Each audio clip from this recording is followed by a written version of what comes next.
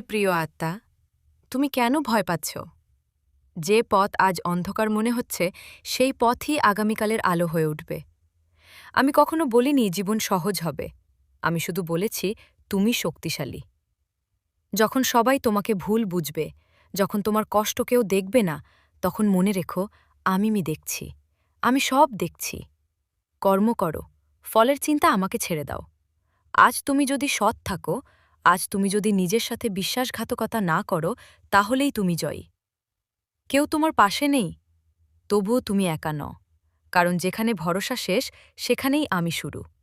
নিজেকে ছোট ভাবো না, তোমার ভেতরেই আছে মহাবিশ্ব বদলে দেওয়ার শক্তি। হাল ছেড়ো না, কারণ যে ধৈর্য ধরে থাকে তার হাত আমি কখনো ছাড়ি না। শান্ত থাকো, বিশ্বাস রাখো, আর এগিয়ে চলো, বাকি সব আমি সামলে নেব।